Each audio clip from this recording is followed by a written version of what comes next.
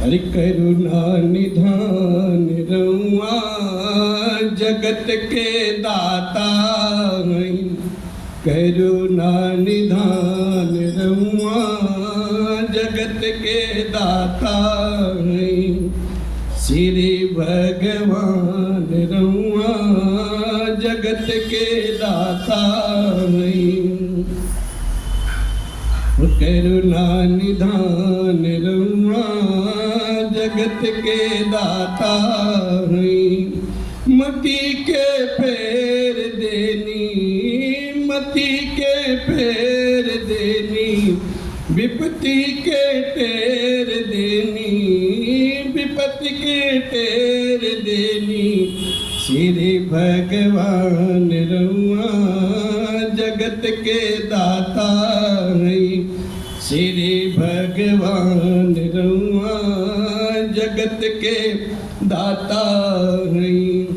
भक्त विदुर घर गैली, भक्त विदुर घर गैली, प्रेम से सगवे खैली, प्रेम से सगवे खैली।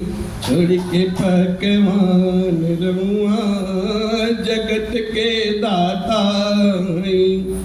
छोड़ के भगवान रउआ जगत के दाता हैं। श्री भगवान रउआ जगत के दाता हैं। गांव के मार देनी, गांव के मार देनी, गज के उबार लेनी, गज के उबार लेनी। के बासमान रउआ जगत के दाता हैं। के बासमान रउआ जगत के दाता हैं। श्री भगवान रउआ जगत के दाता हैं। मैया सबरी घर गैली, मैया सबरी घर गैली, झूठ बेरन के खैली, झूठ बेरन के खैली। कई के बखान रउआ जगत के दाता हैं। कई के बखान रउआ जगत के दाता हैं। श्री भगवान रउआ जगत के दाता हैं। केवट से चरण धुवली, केवट से चरण धुवली, गीत पति हिये लगवली, गीत पति हिये लगवली। जाने जहान रउआ जगत के दाता हैं। जाने जहान रउआ जगत के दाता हैं। श्री भगवान रउआ जगत के दाता हैं। गावेल दास गायत्री, गावेल दास गायत्री, खींच के तीन गो चिचरे, खींच के तीन गो चिचरे। कैली बुद्धिमान रउआ जगत के दाता हैं। कैली बुद्धिमान रउआ जगत के दाता हैं। करुणा निधान रउआ जगत के दाता हैं। करुणा निधान रउआ जगत के दाता हैं।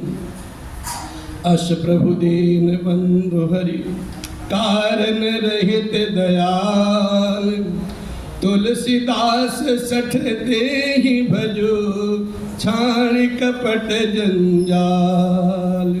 बोली राघव सरकार की जय। कृष्ण कन्हैया लाल की जय। पवन सुत हनुमान जी की जय। उमापति महादेव जी की जय। बोलो भाई सब संतन की जय। पूज्यपाद गोस्वामी श्री तुलसीदास जी महाराज की जय। सदगुरुदेव भगवान की जय। ओम नमः पार्वती पते हर हर महादेव।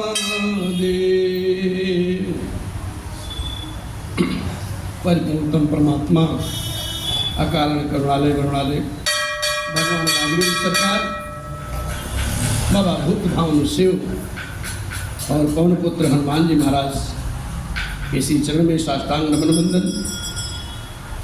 पूज्यपाद गोस्वामी जी महाराज और सदगुरुदेव भगवान जी के इसी चरण में श्रद्धा भावपूर्वक प्रार्थना करते हुए आज की कथा भगवान राघवेंद्र की इस मानस के माध्यम से हम सभी आप जन के बीच में बैठ कर के सखा मंडली के साथ और जितने भी श्रोता समाज हैं, भाई बहन माई बाप, सभी के मध्य में बैठ कर के भगवान शिव के सुंदर पांडाल में बैठ कर के ये पावन कथा आपका दास निवेदित करता है।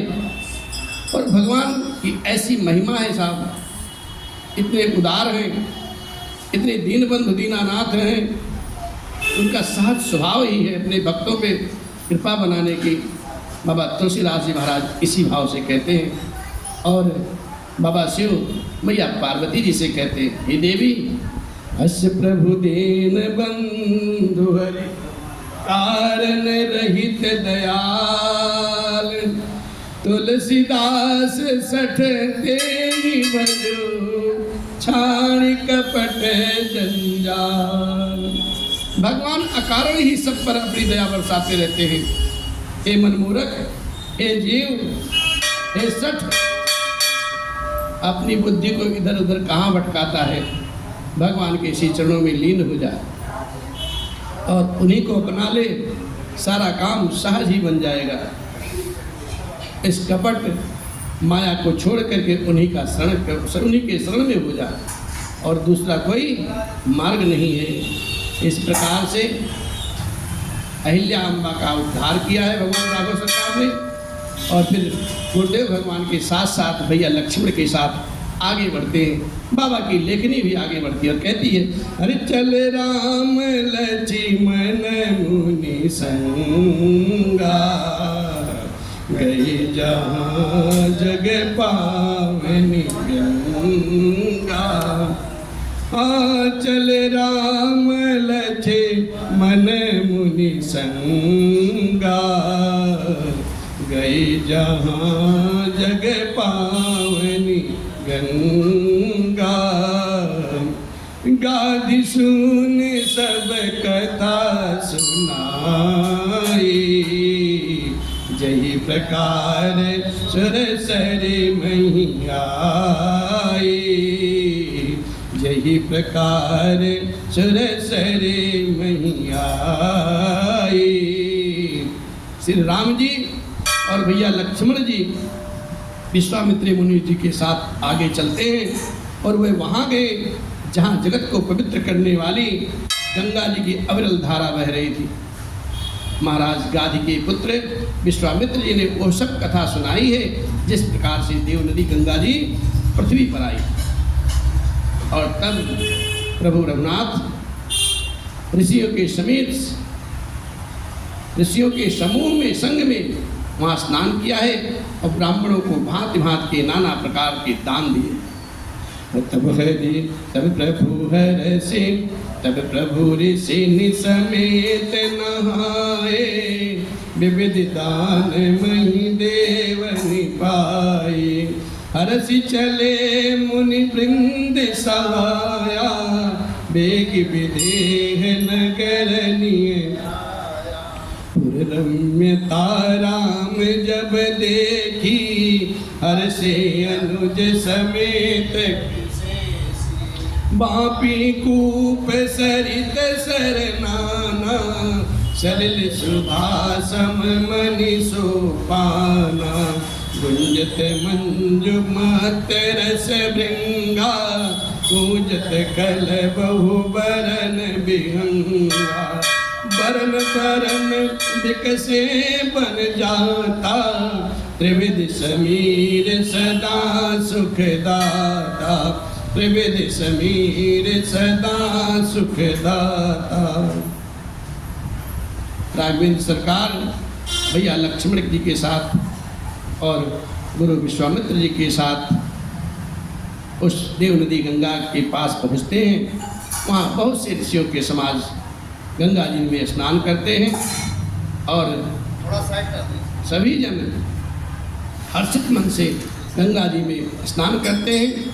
भगवान राम भी अपने भैया लक्ष्मण जी के साथ वहाँ स्नान करते हैं श्रद्धा भाव से, और ब्राह्मणों को नाना प्रकार से दान देते हैं। फिर मुनिवृंद के साथ प्रसन्न होकर के वहाँ चलते हैं और वहाँ से शीघ्र ही जनकपुर के निकट जा पहुँचते हैं, जहाँ राजा विदेह का राजधानी। और वहाँ की जो शोभा है साहब अतुलनीय है, वहाँ की छटा ही निराली है।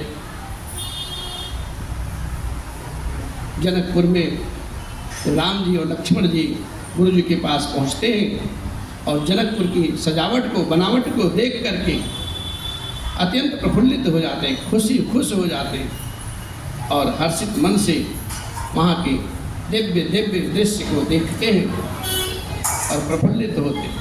वहाँ पे अनेक बावलियाँ हैं, कुएँ हैं, नदी हैं, तालाब हैं, जिनमें अमृत के समान स्वच्छ जल भरे और मणियों से बनी हुई सुंदर सुंदर सोपान सीढ़ियाँ बनी।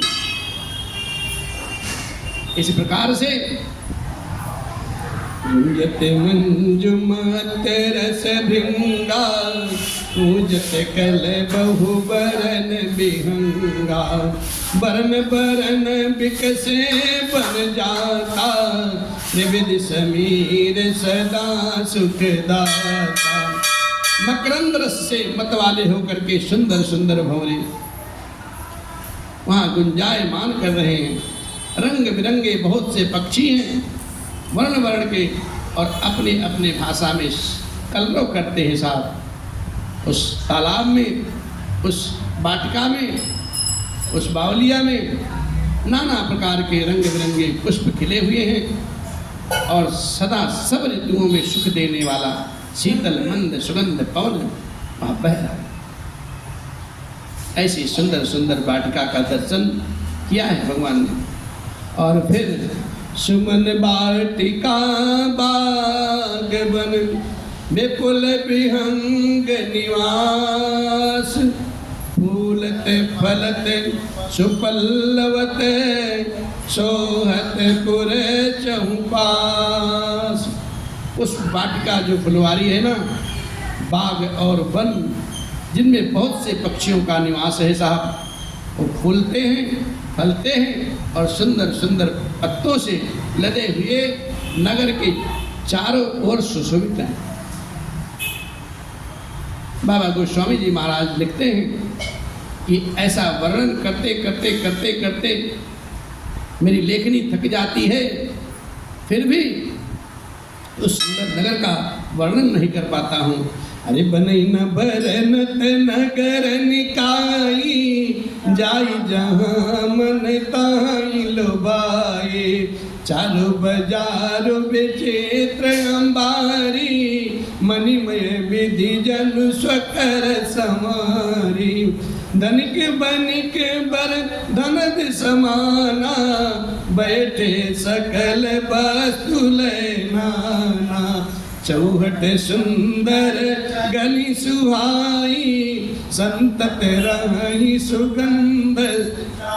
अरे मंगलमय मंदिर सब केरे, चित्त जनुरति नाथ तेरे, पुर नर नारी सुभग सुचि संता, धर्मशील ज्ञानी गुणवंता, धर्मशील ज्ञानी गुणवंता।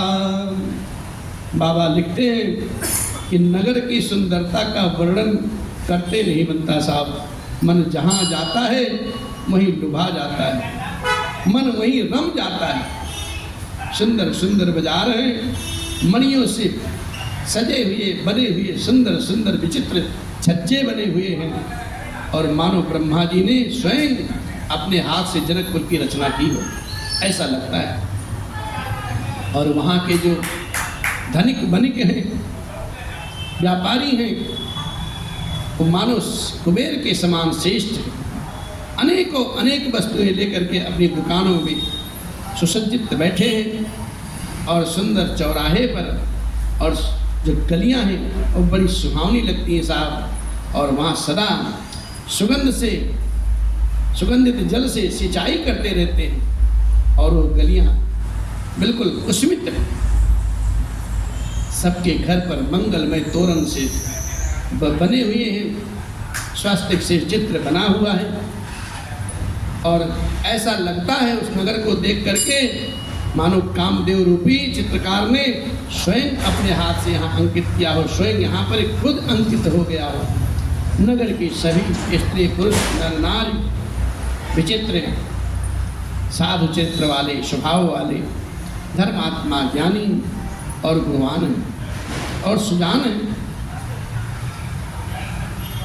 और जहाँ जनक जी का अत्यंत सुंदर निवास स्थल महल है ना, वहाँ का वर्णन लिखते लिखते बाबा लिखते हैं, अति अनूप जहाँ जनक निवासु, विधि कहीं विबुध बिलोक बिलासु, होत चकित चित कोट बिलोकी, सकल भुवन शोभा जनु रोके, सकल भुवन शोभा जनु रोके।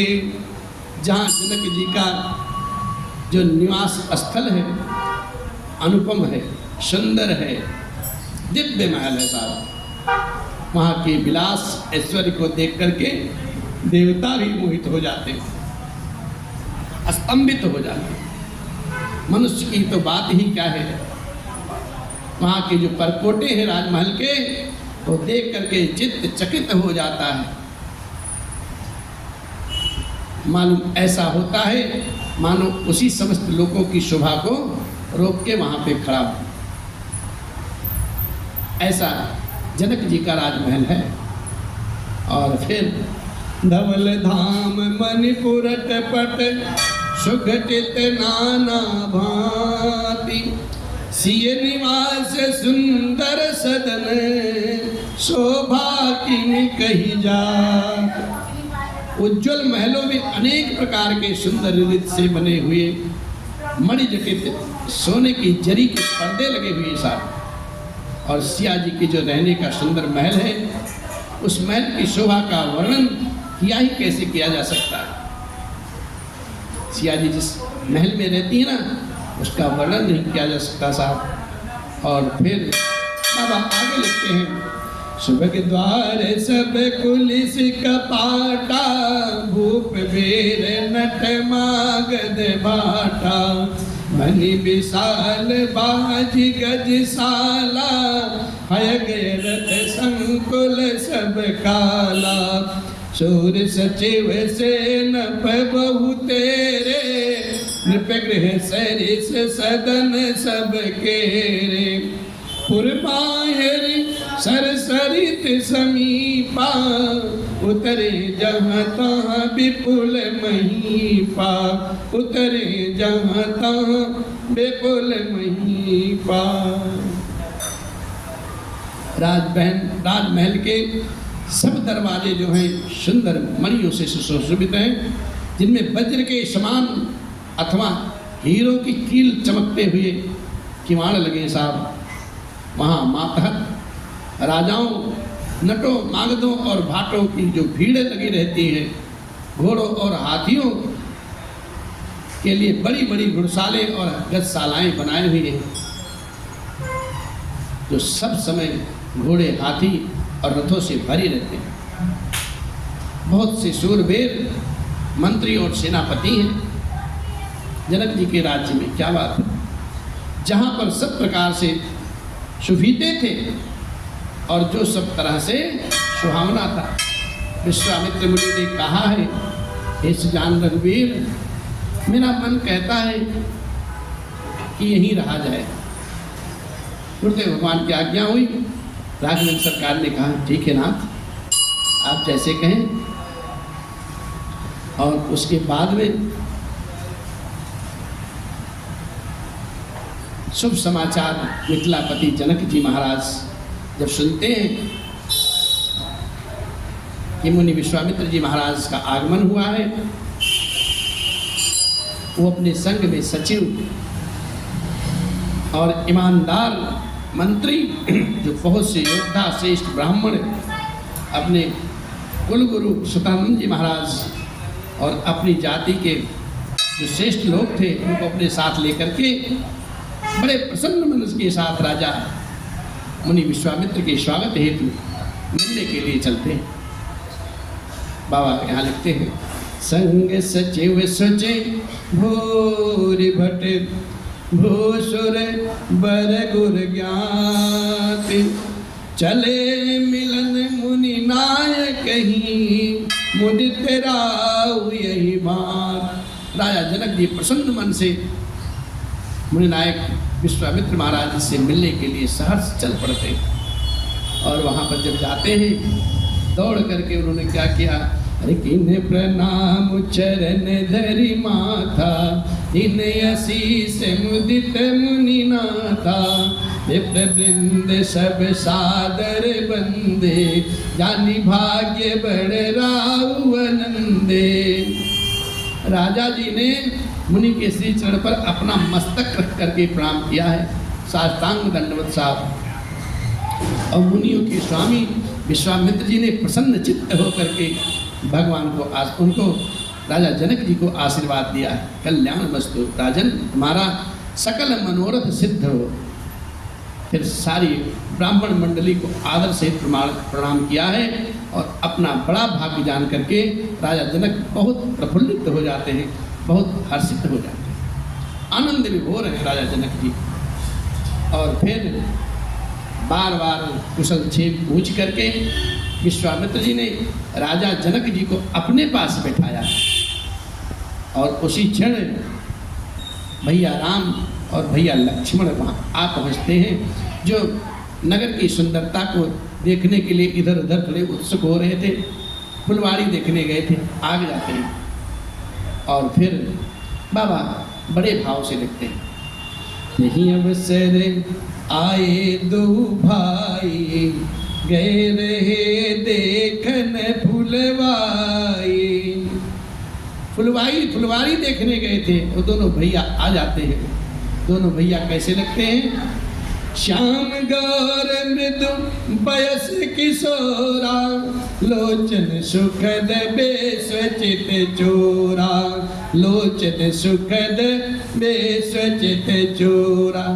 सुकुमार किशोर अवस्था वाले श्याम और वर्ण के दोनों राजकुमार जो सबके नेत्रों को सुख देने वाले थे और सारे विश्व के चित्त को चुराने वाले थे। और जब रघुनाथ जी वहाँ पहुँचते हैं ना,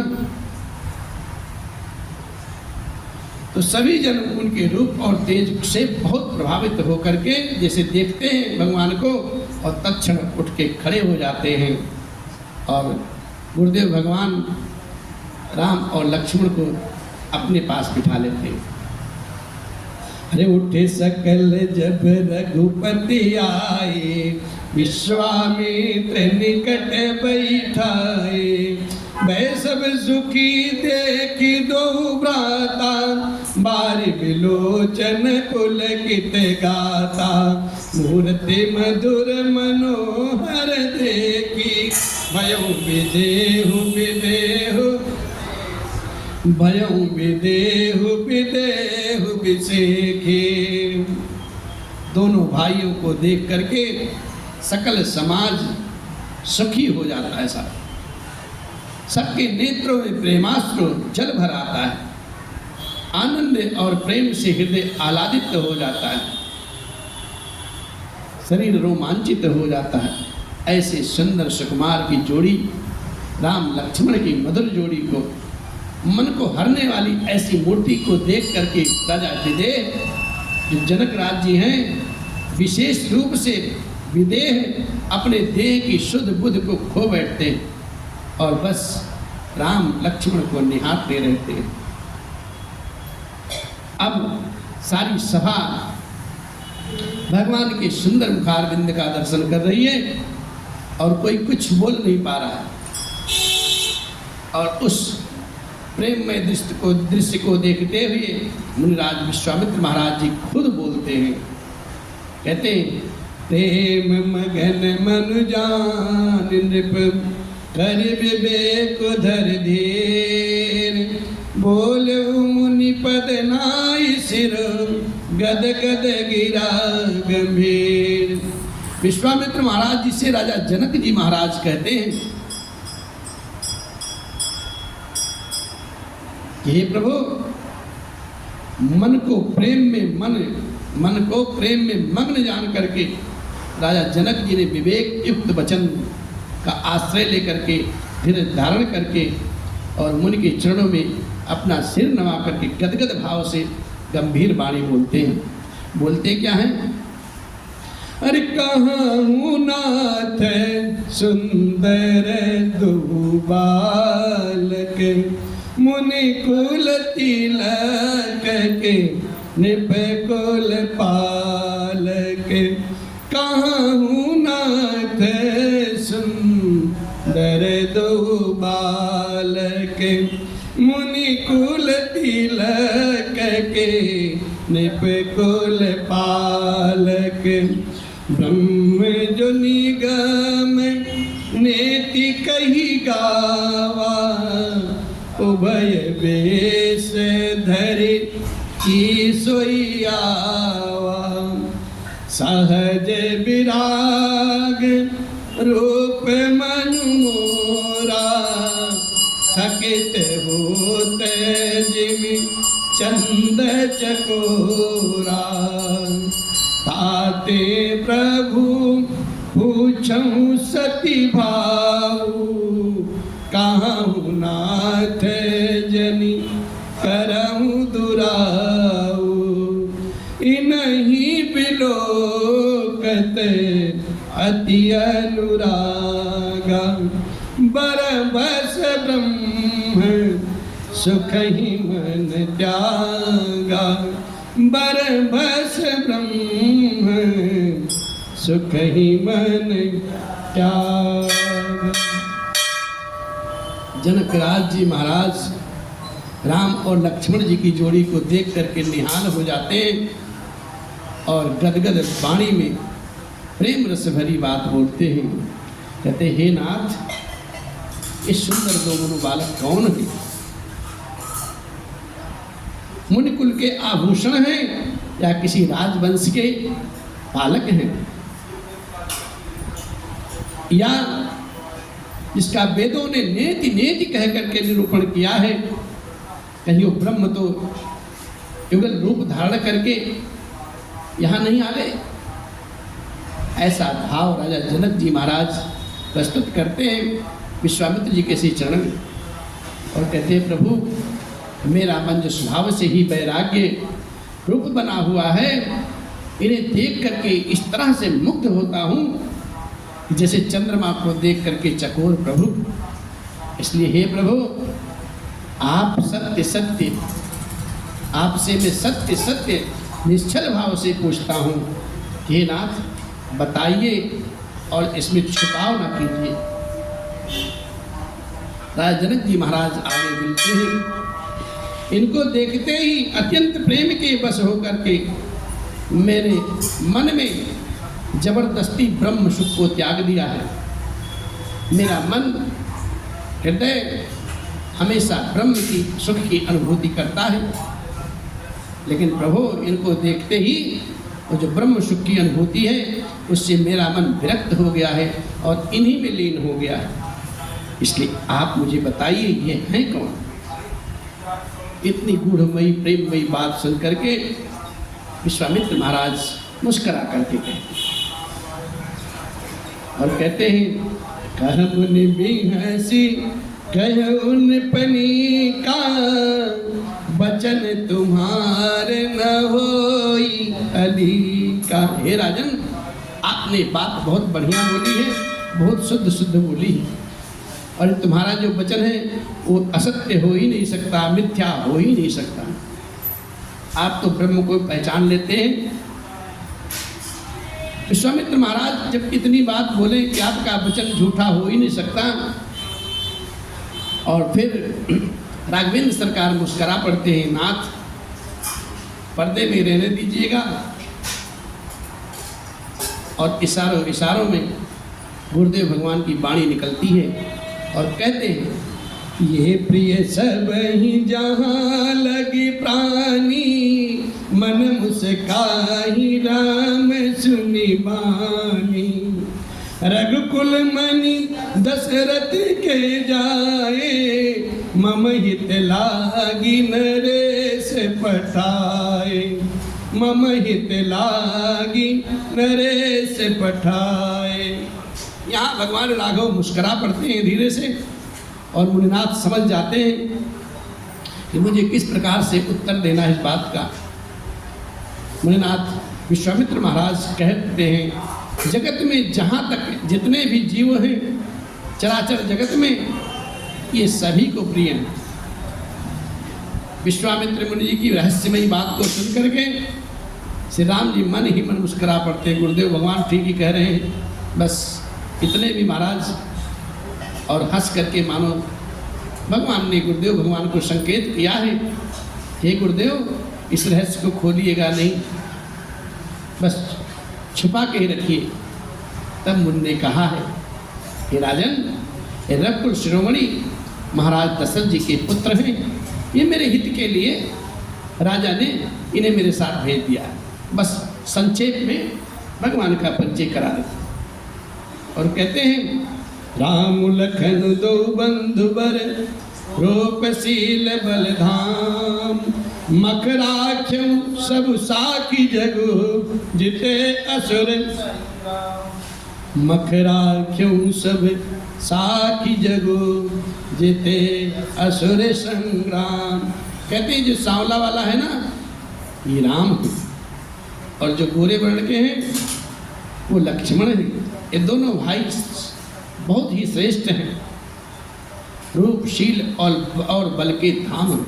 सारा जगत इस बात को जानता है, इस बात का साक्षी है कि इन्होंने युद्ध में असुरों को जीत करके मेरे यज्ञ की रक्षा की।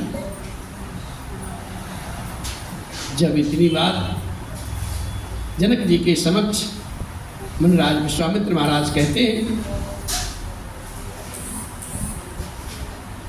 और सब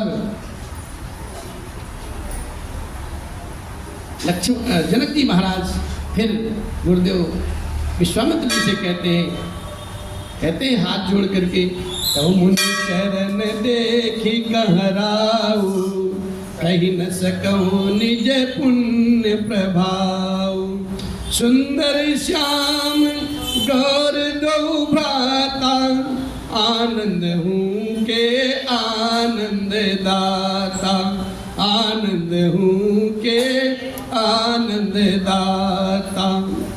राजा जनक जी ने कहा, हे मुनिराज, आपके चरणों का दर्शन पाकर के मैं अपना पूर्ण प्रभाव कह नहीं सकता प्रभु।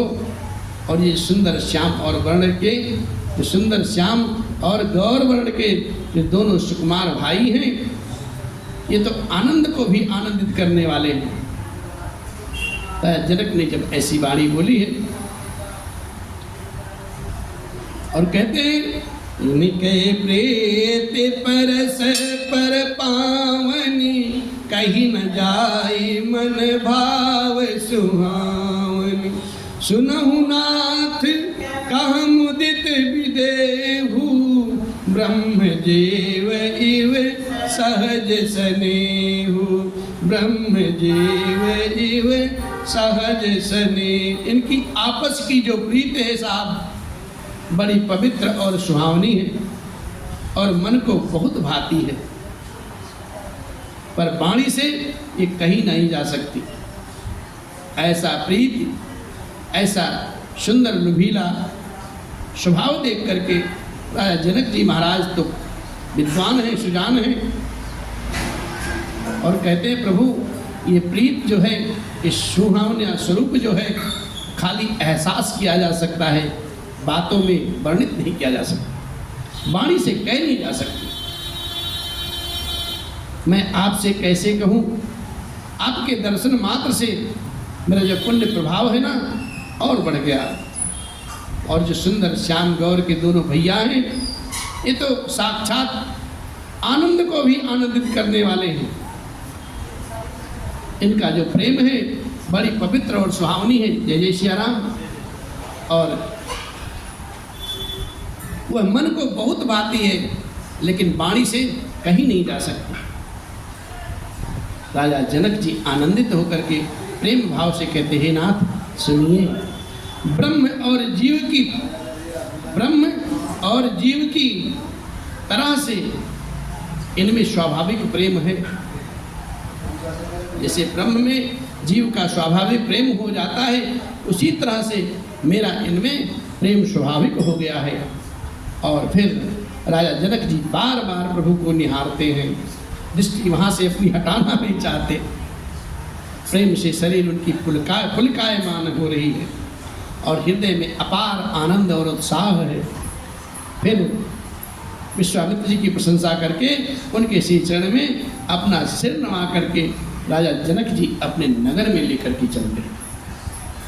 अरे पुण्य पुण्य प्रभु ही चितऊ नर नाहु, पुलक गात और अधिक उछाहु, उन्हीं प्रशंस नाय पद शेषु, चले लवाई नगर अवनीसु, सुंदर सदन सुखद सब काला, कहाँ बासुलय दीन भुआला, करी पूजा सब विधि सेवकाई, गयो राव गृह विदा कराई, गयो राव गृह विदा कराई।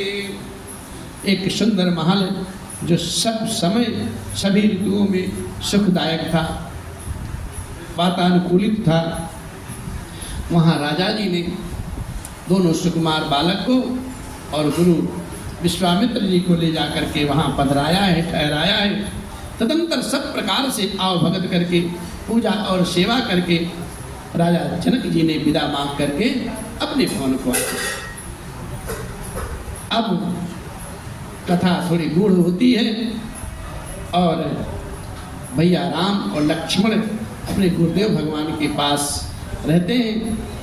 और होता क्या है, ऋषय संग रघुवंश मणि, करि भोजन विश्राम, बैठे भ्राता सहित, दिवस रहा भर जाम। रघुकुल के शिरोमणि राघव सरकार ऋषियों के साथ भोजन और विश्राम करते हैं थोड़ा सा, और भैया लक्ष्मण के साथ बैठे हैं। उस समय जो दिन था एक पहर भर का बचा था। लखन भैया के हृदय में उस उथल पुथल होती है, लालसा जागृत होती है और मन में ऐसी उत्कंठा जागती है कि क्यों ना नगर का भ्रमण किया जाए, यहाँ की पुर की रम्यता, सुंदरता, सौम्यता को देखा जाए, यहाँ की कलाकृति को देखी जाए। यही लक्ष्मण भैया आपस में विचार कर रहे थे और मन में ये भी सोच रहे थे, संकोच बस, भय बस, गुरुदेव भगवान से कहे कौन, आज्ञा कैसे मिलेगी। पूज्यपाद गोस्वामी जी महाराज यहाँ लिखते हैं, लखन हृदय लालसा बिसेखे, जाई जनकपुर आई देखे, प्रभु भय बहुरी नहीं सकु चाही, प्रगट न करही मन ही मुस्काही, प्रगट न कही मुस्काए। राम अनुज मन की गति जानी, भगत बचलता ये हुलसानी, भगत बचलता ये हुलसानी। परम विनीत सकुच मुस्काई, बोले गुरु अनुशासन पाए, बोले गुरु अनुशासन पाए। भैया लक्ष्मण जी के हृदय में ऐसी विशेष लालसा है, उत्कंठा है कि हम जाकर के जनकपुर नगर का दर्शन कराएं, लेके आए, थोड़ा सा घूम लें। परंतु भगवान राघवेंद्र का डर भी है और मुनि विश्वामित्र जी से कहने में संकोच भी करते हैं, इसलिए प्रकट में कुछ कह नहीं पाते, कुछ दर्शाते नहीं और अपने मन ही मन मंद मंद मुस्करा रहे हैं।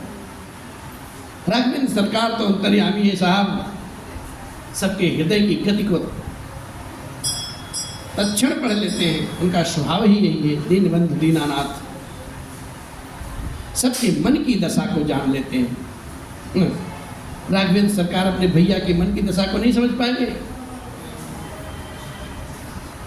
लक्ष्मण जी के मन में क्या चल रहा है राघव सरकार समझ लेते हैं और उनके हृदय में भक्त वत्सलता उमड़ पड़ती है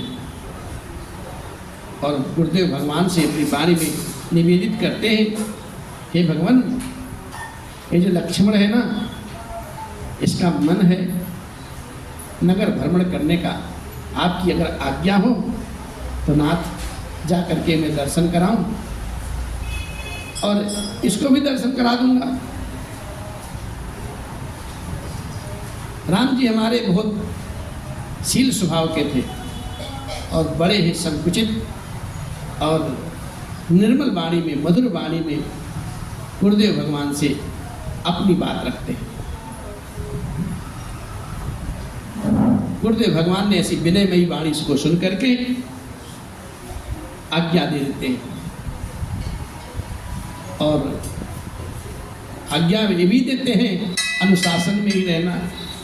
नाथ लखनपुर देखन चाही, प्रभु सकोच डर प्रगट न कहीं, जो राउर आय सुमय पाऊं, नगर दिखाई तुरत,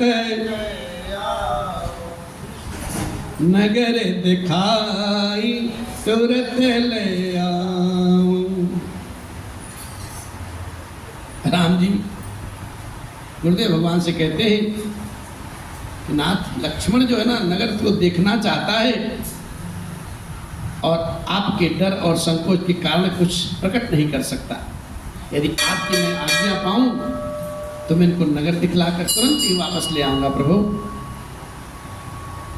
विश्वामित्र महाराज जब ऐसी प्रेममयी वाणी को सुनते हैं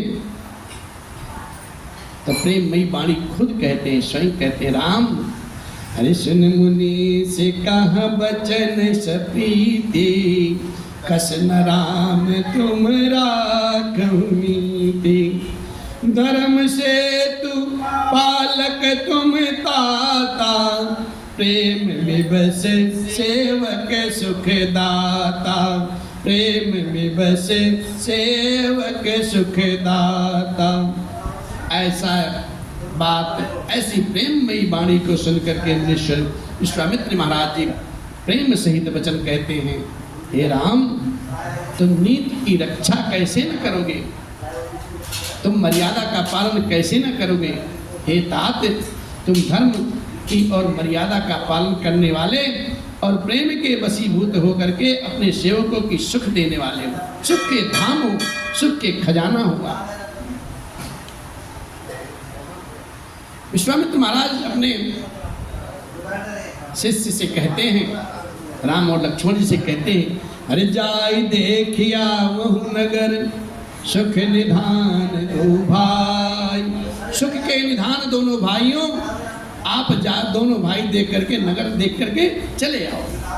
और इतना ही नहीं, करहु सुफल सबके नयन, सुंदर बदन दिखाई।